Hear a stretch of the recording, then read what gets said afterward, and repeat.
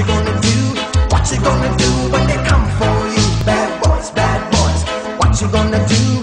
What you gonna do? Metropolitan Police garage at Hampton in southwest London. Most of the officers who use it are traffic cops. And a normal day for them would include patrolling the motorway, issuing the odd speeding ticket and attending road traffic accidents. And that's exactly what PC's Mark Newman and Steve Cox were expecting. And they went out on patrol on a day in April 1999. What they actually encountered was rather different. Our attention was drawn to this tatty old car with an old tax disc in it, and we decided to give it a stop. And just as I got to the back of his vehicle, he shot off at speed.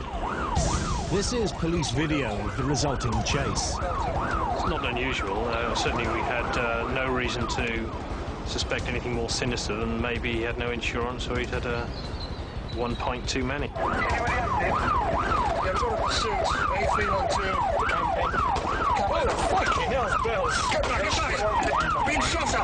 He was stood outside of the car firing a semi-automatic handgun at us. A312, B9, don't go forward, don't shoot. Index B, 944, Papa Lima Echo.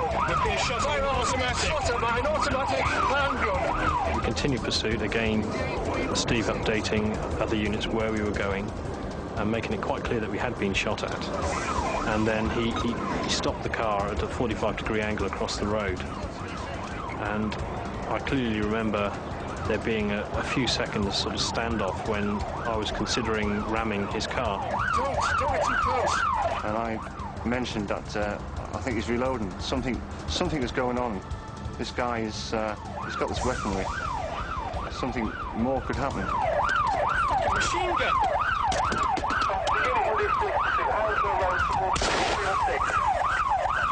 Oscar, this fucker's shooting at us from an AK-47. Never forget the sound of bursts of automatic gunfire and just thinking, that is it, you know, I'm going to die. Oscar Tango 2-3. We've had all our tyres shot out by this fucker with a machine gun.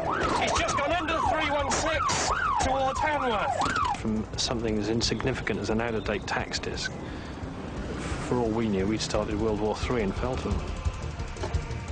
A passing motorist, Headley Jenkins, was the next target.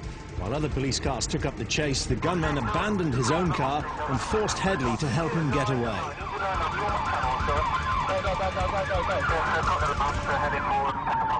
How did you first see the gunman?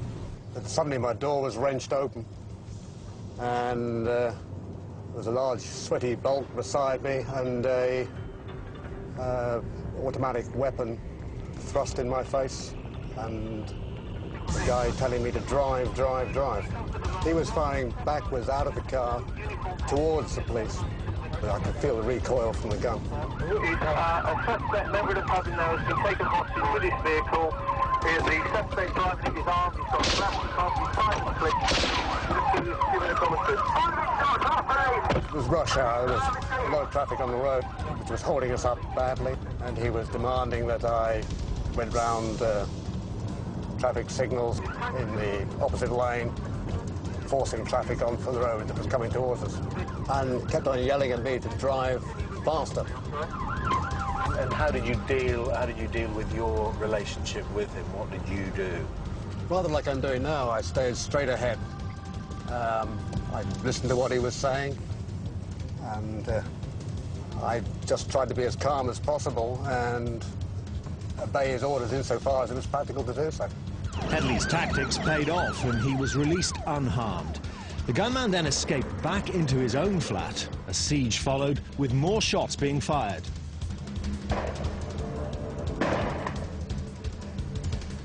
For 3 hours, police tried to negotiate, but he was in no mood to listen.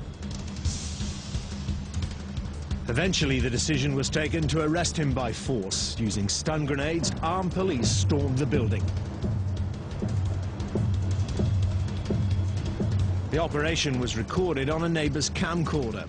Police managed to overpower the gunman, and incredibly, no one was injured. I was amazed when I found out, a few hours after it all happened, that they'd got him out alive. They'd managed to go in and defuse the situation. without any loss of life. At the Old Bailey in March last year, George Knights received 9 life sentences. You go to school and learn the golden rule, so why are you acting like a bloody fool? If you get hot, then you must get